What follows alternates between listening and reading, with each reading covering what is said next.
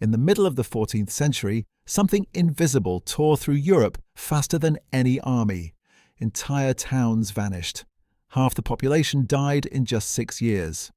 Called the Great Mortality, the Great Pestilence, and most famously, the Black Death, this enigmatic scourge claimed between 50 and 60% of Europe's entire population from 1347 to 1353. For more than 6 centuries, researchers, geneticists, and chroniclers have wrestled with one tormenting question. Where did this nightmare truly originate? What ignited the spark that would consume half a continent? The source remained among history's most disturbing, unsolved riddles. Until now. Through DNA analysis and 19th century excavation work, we finally possess the answer. The trail does not lead to mass graves in England or panicked harbours in Italy. It begins with an unremarkable stone tablet in the remote mountains of Central Asia, carved with one terrifying word: pestilence. During the summer of 1886, Russian archaeologists were working through excavations at 2 modest burial grounds near the settlement of Kyrgyzstan, adjacent to Lake Issyk Kul in modern Kyrgyzstan. They discovered the remains of a Nestorian Christian merchant community that had flourished along the ancient Silk Road. They uncovered numerous stone-marked burial sites dated to 1338 and 1339. This detail proved critical, as these deaths occurred nearly 10 full years before the Black Death's documented arrival on European shores.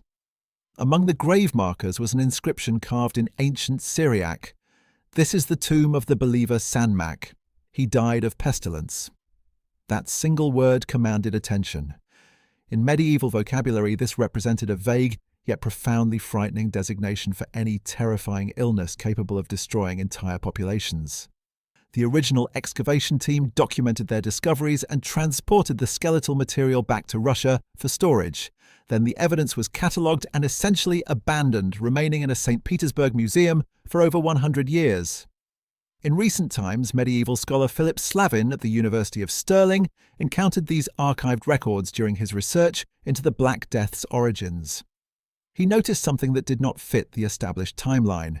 He returned to the field documentation from that 1886 excavation. What he uncovered was staggering. Sanmak was far from the only victim. Within just 2 years, between 1338 and 1339, more than 118 individuals from this small merchant settlement had perished, with numerous tombstones specifically referencing pestilence as the cause of death. This represented a concentrated mortality event of extraordinary proportions. Slavin felt nearly certain this marked the beginning of the Black Death itself, but certainty is not evidence. Without concrete proof, a historian's intuition remains speculation. To transform conviction into confirmation, he needed to examine the actual remains of the deceased. That is where paleogeneticists at the Max Planck Institute for Evolutionary Anthropology in Germany entered the picture.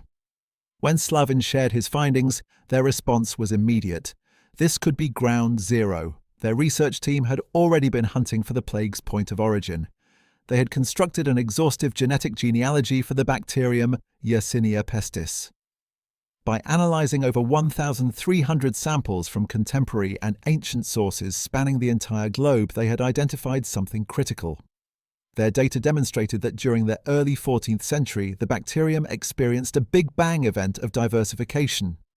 From one ancestral lineage, 4 distinct major branches of plague suddenly emerged. One of those 4 branches was directly responsible for the Black Death's rampage through Europe and every subsequent outbreak over the following 4 centuries. The geneticists understood that this mother strain could not have originated in Europe because the bacterial strains recovered from Black Death victims there already showed mutations of differentiation. The European strains were clearly evolutionary descendants, not the primordial ancestor. The true point of origin had to exist somewhere else entirely. A partnership formed between Slavin and Russian scientists at the Peter the Great Museum, where the Kyrgyzstan skeletal remains had been preserved since the 1880s.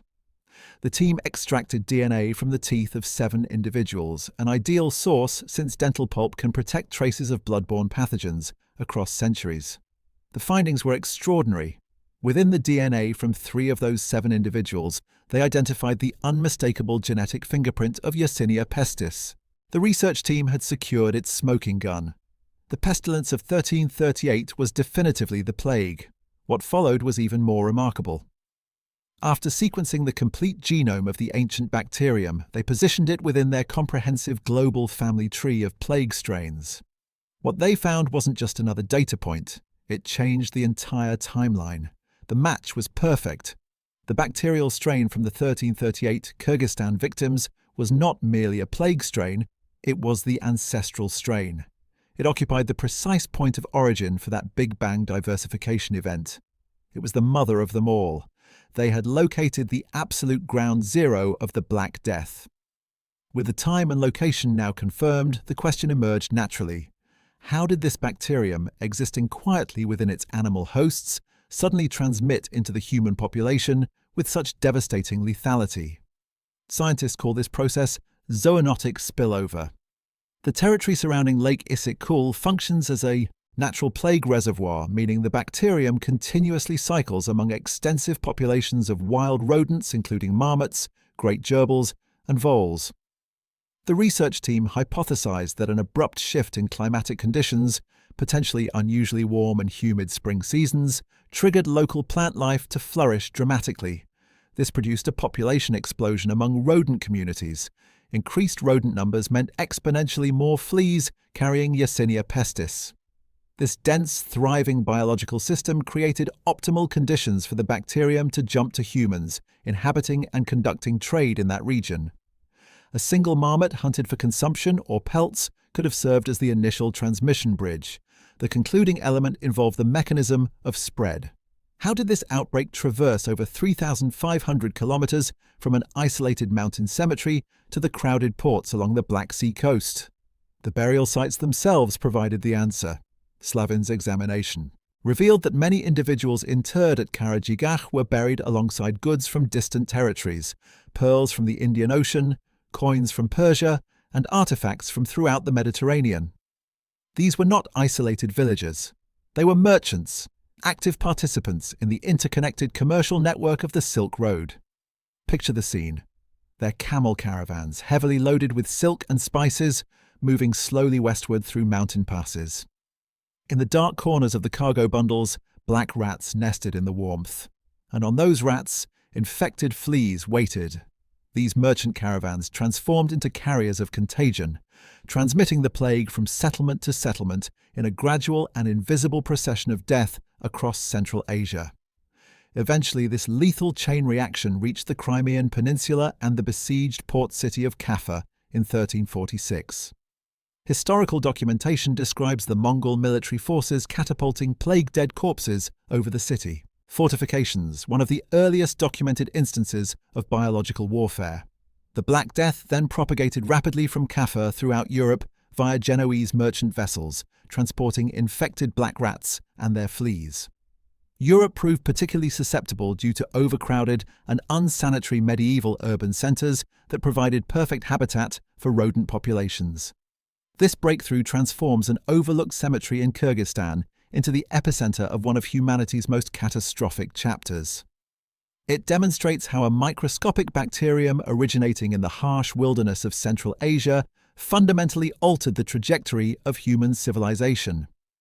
Thanks for watching. If you enjoyed this deep dive into how genetics is rewriting history, make sure to like and subscribe so you don't miss the next discovery. This is Hidden Strata.